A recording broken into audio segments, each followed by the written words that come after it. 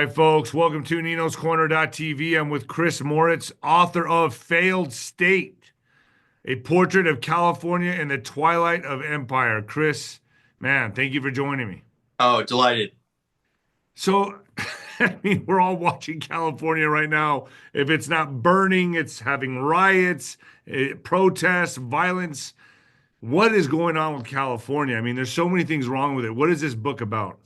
Well, this book is an autopsy on how you take what was once the crown jewel of the United States and turn it into the third world. And that's exactly what is happening. Now, does that mean walking down, Rodeo Drive or a nice high street in Santa Monica, it's going to look like the third world? No. But in terms of very basic qualifiers, in terms of our quality of life, in terms of the uncontrolled crime wave, we are heading towards what can only be described as a failed state.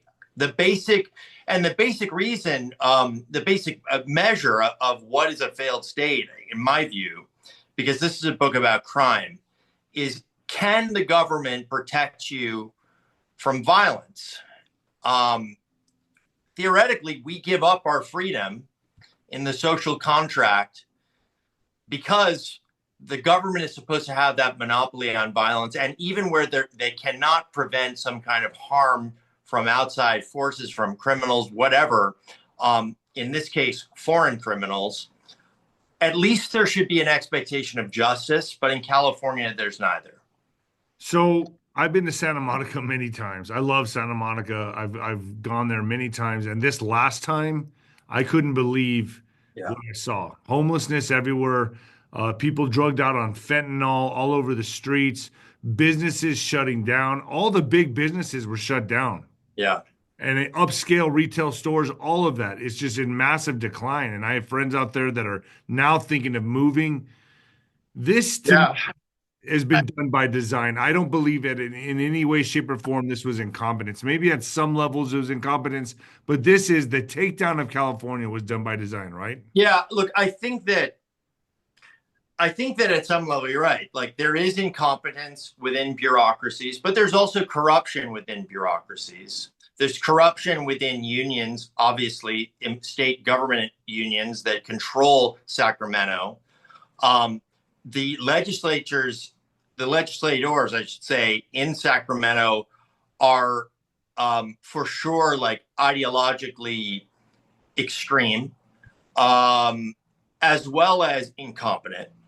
But if we peel this back further, we and this is sort of the cuts to the core of my book, which is that laws were and policies were put in place starting about 2010 that have systematically resulted in the mass release of criminals, decriminalizing much of the penal code, unleashing gangs upon cities like Los Angeles by way of district attorney policies that eliminate things like what's called an enhancement, whereby if you commit a crime and you're in a gang, you get extra penalty. That was all done away with in the era of George Gascon. Hopefully, that we're coming back from that. But the point that I make in the book is that these policies, and we can get into the details of them, but these policies were so foreseeably dangerous that you could not come to any other conclusion as long as you were a rational, reasonable person, as we say in like torts law. If a reasonable person would have come to the conclusion that when you release dangerous criminals into the county system, but ultimately out back into the streets under the auspices of being, let's say, nonviolent, when they are not, in fact, nonviolent. In fact, they have an entire criminal history that is not taken into account when making that designation. And there's some specific laws I'm referring to here, that this is going to result in harm upon the citizens. And so I could only come to the conclusion, if these laws were so foreseeably dangerous, then why are they doing them? Because it's not just incompetence. You cannot just place that on, oh, we got, carried away. I don't think so. And I don't think Gavin Newsom is not himself a like the leading like this collapse in some sort of concerted way per se, but I do think he is part of a political machine that is concerned only with its power. And part of their power comes from the fact that the cities are in such disarray. I think he's promised a run at the 2028 presidential. I believe that he's going to be running for the 2028 presidential position. That's what I think is going on here. And Yeah. I think it's happening right now with Trump. He's openly defying Trump at every turn. Karen Bass is at will. They did it in 2020, they did it with the LA fires, Yeah. and now they're doing it with the illegal immigrants, emboldening and even empowering them. If Yeah. the National Guard wasn't there and the military wasn't there, LA would once again be in fire. Yeah, I think that's pretty clear. I think it's pretty clear. I was here during the 2020 riots when downtown Santa Monica was firebombed, and I watched as the police were ordered to stand down, and blocks away from me, and in the kind of commercial area, not really nice part of Santa Monica, everything is boarded up. Like something is wrong. Like there's something really wrong here, and to suggest that, oh well, it's just been these exogenous events that have that we're responding to, the fires, right? That's a natural disaster. This is a result of the federal government. It's an outside force. Gavin Newsom and the Democratic Party is always looking to shift the blame to some outside force, when in fact it's all of their policies that have resulted in this mayhem. I mean, the fires are a great example. Like the fire should never have happened, even though we were experiencing. And by the way, I live 1 block away from the evacuation zone. I watched like my neighbor's houses burn down. Weren't they withholding water? I mean, wasn't that a correct? The Santa Ynez Reservoir. That's more than incompetence right there. In that case, it may just be incompetence. But I think where it does not become incompetence is when we talk about, let's say, controlled burns. Controlled burns in the state of California take 7 years to get approved. In Montana, it happens within a week. Okay. In the rest of the Western United States, where they have significant forest fire issues, like there is a management in place that is not occurring here. Now, why is it not occurring here? Well, because California is captured by the green lobby, right? It's more of a cult at this point, but that's one of the interest groups that controls the state. They control Gavin Newsom. So the operators of the political machine have to respond to those pulling the levers. It's not Gavin pulling the levers. Do you think it's people involved with the CCP? Do you think it's the globalists? Do you think it's basically, there's theories that come out that, these people are very controlled. The higher ups control them, such as, the deep state, CCP. What's your thoughts on that? Honestly, if the CCP was involved, I think we'd have a much more orderly society. Okay, I used to live in China for 2 years. I worked for a state-owned enterprise, actually. I was in the Trump administration after that, but prior to that, in 2016 to 18, I lived in Shanghai. I worked for a state-owned enterprise. I mean, Shanghai is pristine, relatively, and there is no crime. Now, like, Grant, that's a police state, but like it's also the case in across Asia. There is something obviously fundamentally beyond dysfunctional in this state. I think it's a kind of a look. I call it in the twilight of empire because on the one hand, it was a reference to the American empire. Are we in the twilight of that? But beyond that, it's sort of looking at California in the context of other civilizations that have committed, and California is in that process. So if they're not taking their marching orders from CCP, or could they be taking it from people like who are they taking their orders from? Because I don't think this is incompetence. Sure. Is it Obama? Is it Soros? What special interests? Yeah, good question. Different ways to answer this. I think if we look at first at Gavin Newsom, like that's not the same. That's not the same constituency that, let's say, the legislature is sort of taking their direction from. But looking at Newsom, we find that he has effectively been owned as a product by the Getty family, starting his career, introducing him to San Francisco society. Their parents go back, way back. Their grandparents go way back. The Browns are involved in this. The Pelosi's are related. They're all related. They all live in Pacific Heights, which is a posh neighborhood in San Francisco. And they have more or less jockeyed between controlling the governor or controlling some level up right before the governor since the 1940s, with a few breaks in between. But Gavin Newsom was I don't think there's any way to think of him as anything except a product of the people that fund him, because he's not ideological.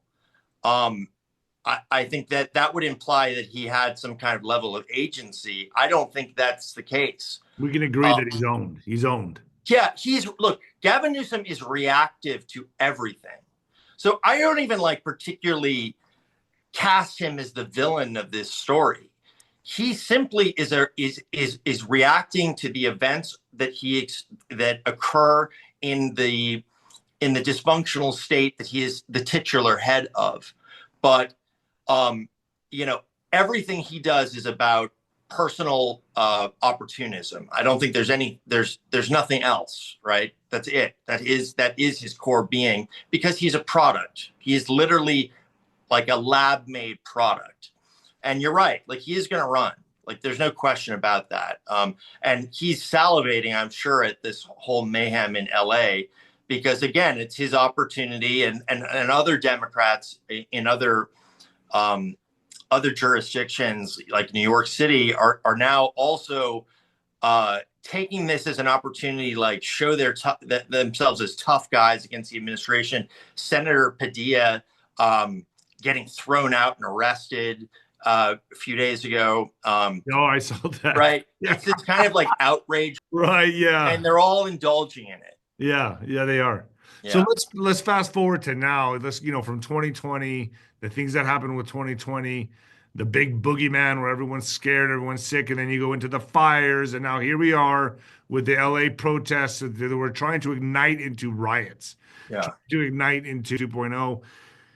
Newsom, along with the MSM, will have you believe that with this deceptive rhetoric that the military is being used against Americans, right? But this is igniting division within America, miswording and sending mixed messages that they're being used against Americans. No, they're being used against violent protest and illegal. ICE is being used for illegal immigrants. Big difference than American citizens, correct? I mean, I think so. I think that I don't. It's so funny that it's not funny. It's perfectly. Some of this is comical. It's not. But it's also perfectly absurd. predictable. The response of a Gavin Newsom or a Karen Bass or other California Democrat leaders. It's perfectly predictable how they were going to respond. But the fact of the matter is that Los Angeles has been in a way occupied by the machine. I don't know how else to describe it. It is the machine that controls California. It's been occupied by this machine. This machine has unleashed criminality upon the entire city. And I'll tie it back to a personal anecdote in a moment. But when I saw ICE come into the city and when I saw the National Guard support them, I felt like it was truly, this was Liberation Day. We are being liberated from these people. And it is a city held hostage. It is a city held hostage by ideology, by corruption, and other forces. But I'll read you a headline. It said Marines to deploy on LA streets within 2 days with authority to detain civilians. Now they Mm. use the word civilians. So this is how they're playing word games with and title games with the public. But civilians, citizens, illegals are not American citizens. That's the disconnect here. People need to understand you break the law coming into this country illegally. You can do it legally. There's a big difference here. And then Where, yeah. go ahead. Where was that headline from? Just curious. I do not know. I just put it in here. I don't have the source, but Oh, it's no worries. I was just wondering was if that's a California probably. heading or I, not. I Because I scoured through the internet for liberal headlines. yeah, well, good because actually you touch on a really important theme that I address in my book, which is the manipulation of language. Right. Correct. So That's what I'm getting. California politicians are really adept at this, and it's led to very deadly consequences. So But that's how liberals get triggered. yeah, They don't read. They just see that. They glance at a headline and they go, "Whoa!" right. All hell breaks loose. So, like, you probably have heard of Prop 47, which was effectively decriminalization of stealing. In other words, Under reducing $900 or under $950 would be the threshold between a misdemeanor and a felony. So anything under 950 is a misdemeanor, but these misdemeanors are not even being prosecuted in any way. So effectively, you commit $949 worth of theft every single day with zero consequence. But here's a little known fact that's not very well known, but the way the Prop 47 was sold to California, and it was done so by the marketing efforts of a very elite powerhouse Democrat PR firm called Bear Star Strategies that's run Gavin Newsom's entire career, by the way, okay. and Kamala's. But they called this proposition the Safe Neighborhoods and Schools Act, right? Right. In 2011, we passed a law called AB 109 that was the first of a series of so-called criminal justice reform laws that have resulted in the crime wave we're seeing now.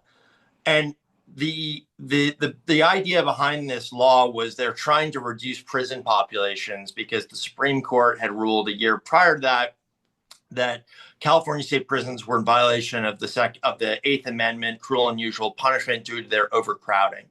So we had to respond to this ruling, and a series of laws were ostensibly to address that were put into place, starting with AB 109. And AB 109 was the basis of it was that nonviolent, non-serious offenders would be transferred from state prisons to local county prisons to reduce that reduce that ratio in the state prisons to be more into compliance with Supreme Court. But here's where I think it's a great illustration of the language manipulation. Non-violent, non-serious meant only the last crime for which you had been incarcerated. It did not take into account your entire criminal history. So you might have a horrendous track record, but if the last crime that you were put in jail for was shoplifting, that would be a basis to get transferred to a county jail. And by the way, the county jails couldn't handle this influx. I think it was 15,000 prisoners. They couldn't handle it, so they just got immediately released. And within 3 years, I believe the stat is within 3 years of being released, like 66% are rearrested, and then 43% are convicted. So I was in San Francisco not too long ago, and I went, I used to be a professional heavyweight boxer, and I went out there to go see the place I fought before. It was at Fisherman's Wharf. And I saw on the phone, on the app, it was like permanently closed. And I was like, wow, this was my friend. I was like, let's just go check it out. I don't know why it's permanently closed. I have no idea. Let's go check it out. Well, we went at night. Big mistake. Big mistake. So we're driving over there, and it's Skid Row. I mean, the whole place is just overrun with people defecating on the streets. people drugged out, fentanyl use all over the place, dude. We got out of the car, saw a needle laying on the sidewalk, and then there's a restaurant. Then there's a pretty nice restaurant adjacent to us where a couple was coming out, and they were just like not even paying attention to the people defecating on the street, people screaming, the insanity. And I'm looking at my friend going, wow, they're like used to this. They're like Yeah. used to this. And we're just looking around going, this is insane. Yeah. How Yeah. lenient are the? I mean, they just got it blocked off like on a 1 mile radius, or what's going on here? What's the drug scene like in California? Because what are the drug laws like? Fentanyl, all these drugs that are killing people. I mean, they seem very lenient. Yeah. Well, actually, another facet of Prop 47 was decriminalizing possession. Ah, there it is. So that I think exacerbated this problem significantly. But there's a couple different angles to this. One, 60% of the fentanyl that enters the United States through comes in through California. 60%?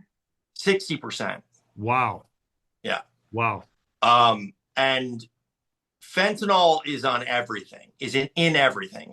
The way it was described to me by the police officers I interviewed for my book was that fentanyl is like salt. If you get a pill off the street, it will have fentanyl in it. But So just a little there. bit could kill a person. Right. It's.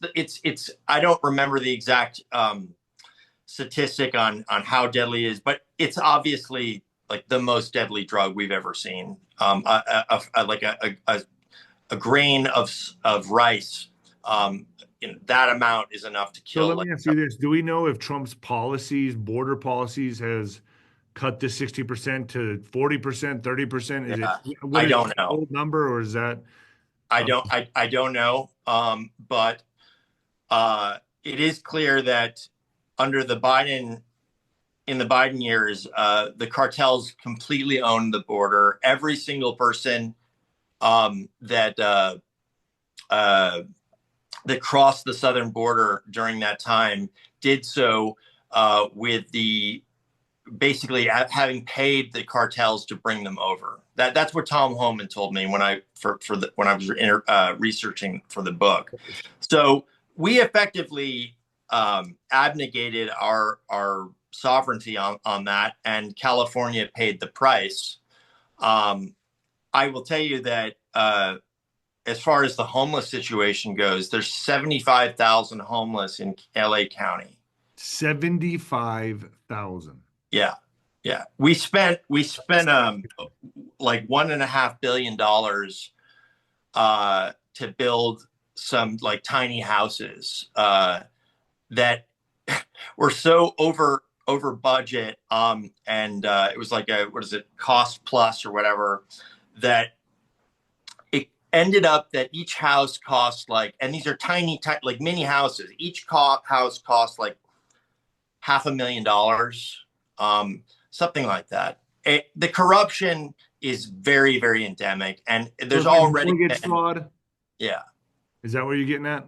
Pardon? Mortgage fraud? Is that where you're going with this? Oh no, it's more fraud in terms of like what we typically see in California: NGOs that are politically connected, consulting firms that are politically connected, get these no bid contracts from the Right. city or from the state. I mean, how do you get the train to nowhere? Like, people don't realize how the gravity of that. It sounds funny, but it's like a world historical disaster in terms of transportation infrastructure, and it's now they're talking about $138 billion, which to complete it. And the reason it has gone so badly is because, just like with homeless, just like with all these issues, the with environmental stewardship, it's outsourced to politically connected consulting firms or NGOs, ideological NGOs, and corrupt entities. And this is why nothing changes, because we live in a one-party state. Democrats control 75% of the legislature. They have controlled that to that degree since 2012 continuously. And so really the only thing that Democrats are concerned with is preservation of the status quo. And that means the preservation of their power indefinitely, or in perpetuity, I should say. Um, you can't get change. You cannot get responsibility in a monopoly. I mean, it's just like it's not hard to figure this out. Like if there is no competition, if there's no accountability, then you're going to result in mismanagement and corruption, and an echo chamber where you're increasingly radical, because it's kind of one-upsmanship within the legislature who can come up with the more progressive idea.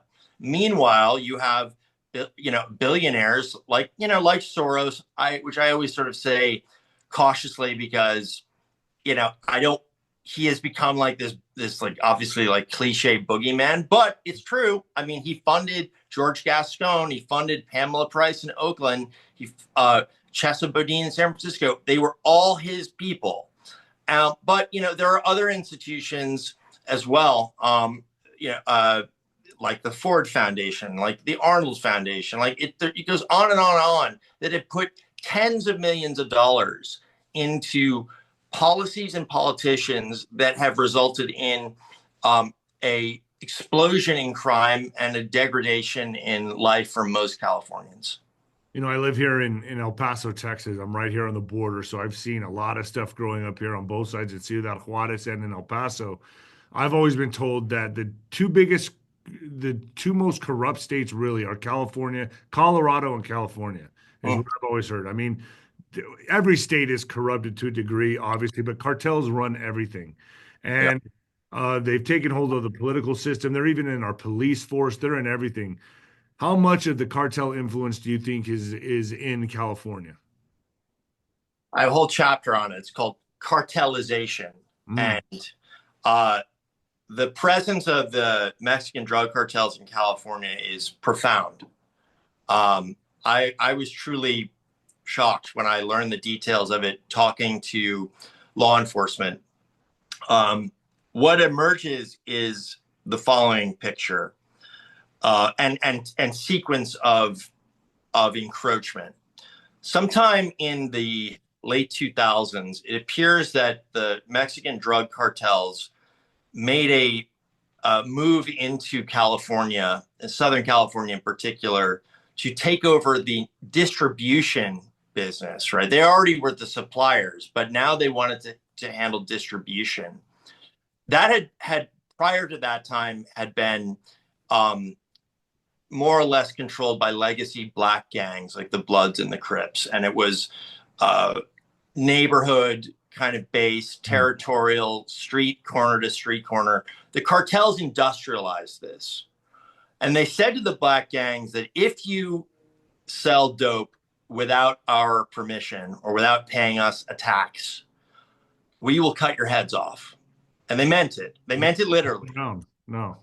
And so fast forward to today, and the entire criminal economy of California, at least organized crime, appears to be controlled directly or indirectly by the drug cartels. And the reason they're able to exert this power is because they essentially are the final authority over the major, frankly, Latino gangs in the state.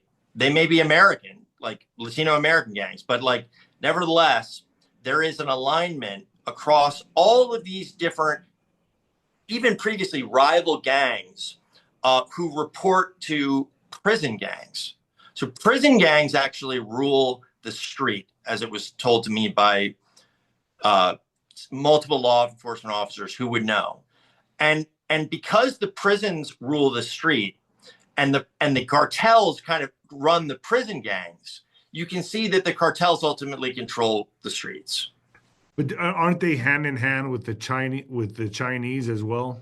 Well, the Chinese are supplying the cartels with precursor chemicals that are used to produce the fentanyl. The manufacturing of it.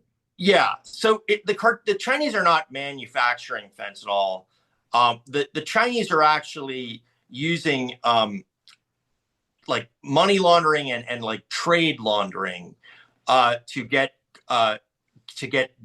greenbacks, to get dollars in China, because there's controls on how much U.S. currency you can hold in China and how much you can take out of the country. So there's all these black market economies that exist to get around the capital controls. And so they are selling the precursor chemicals to the cartels in exchange for dollars. The cartels are using it to make the fentanyl, and then the fentanyl ends up almost entirely in the United States. And to the black gangs that sell it. Well, it's actually yes, but it's mostly the Latino gangs, because the black gangs have gotten pushed out. In fact, as the black gangs got pushed out of the drug market, they had to start finding other lines of revenue. So they turned to residential burglary. They turned to retail theft. Flash mob. Yeah, flash mobs. Those are all gangs. They're not like, it's not Les Miserables, right? Like, they're all gangs. And all of these, like most of these residential burglaries that have become so prolific in places like Los Angeles are organized.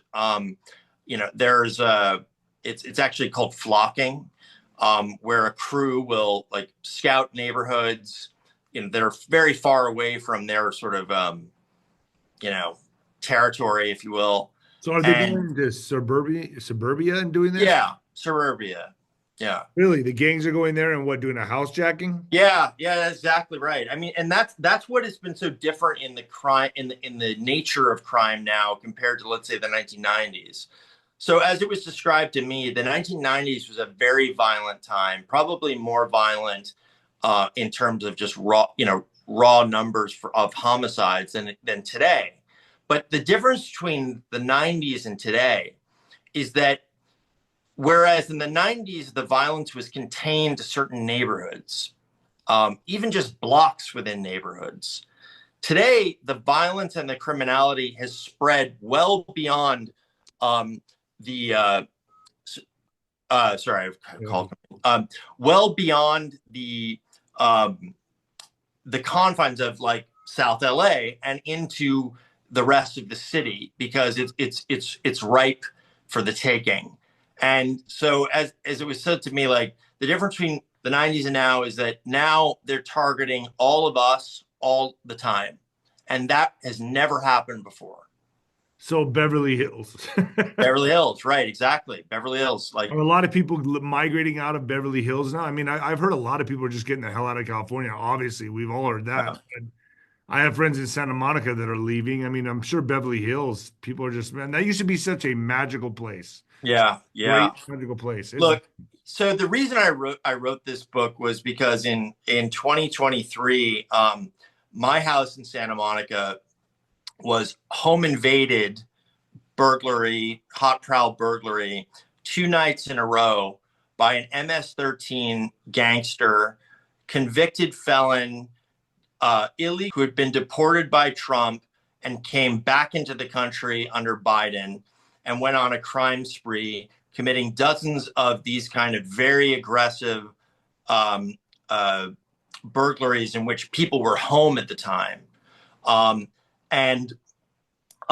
Ultimately, he was not charged for a single count of one of these hot prowl burglaries in Los Angeles County, because it's like, what's the point? That's how the cops view it over here. Like, what's the point?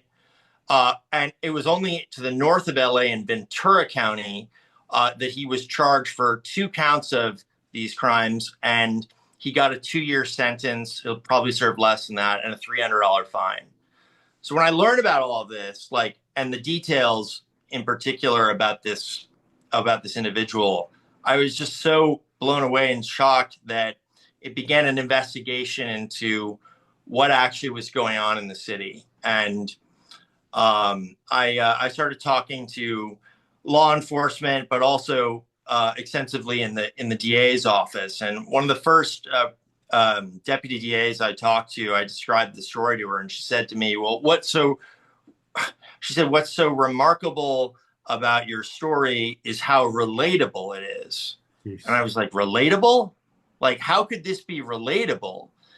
And that like changed my whole way of thinking about California. If this is relatable, then and there's no expectation of protection or justice. Right. Like you Neither can't of shoot those. the guy coming into your house. Right. You can't. In Texas, we can. But Right. like in California, you do that, you're going to jail. Yeah, exactly. So, You just let them house jack you.